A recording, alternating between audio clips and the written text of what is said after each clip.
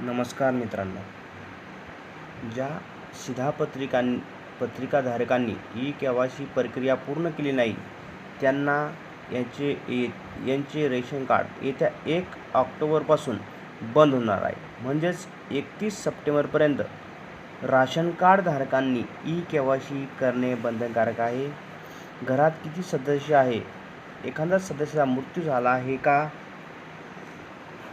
या प्रश्नाची उत्तरे मिळवण्यासाठी तसेच प्रत्येकाला त्यांच्या हक्काचा शिधा मिळावा यासाठी ई-केवायसी केली जात आहे.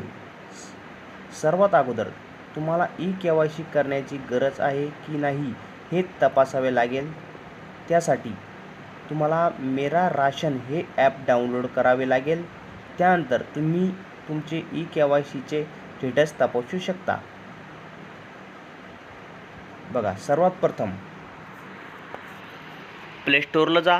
प्ले स्टोअरमधून मेरा राशन हे ॲप डाउनलोड करा. त्यानंतर ॲप चालू करून तुमचा शिधापत्रिका क्रमांक किंवा आधार कार्ड क्रमांक टाकण्याची ऑप्शन दिसेल.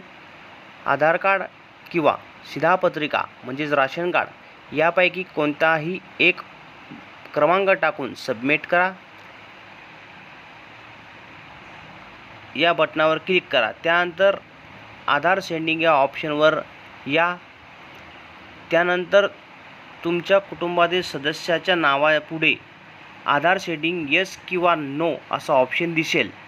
ज्या सदस्यांच्या नावापुढे येस हा ऑप्शन असेल त्या सदस्याला ई-केवायसीची करण्याची गरज नाही आणि ज्या सदस्याच्या नावापुढे नो असा ऑप्शन असेल त्या सदस्याला म्हणजेच राशन कार्ड धारकाला ई-केवायसी करावी लागेल. ई-केवायसी करण्यासाठी तुम्ही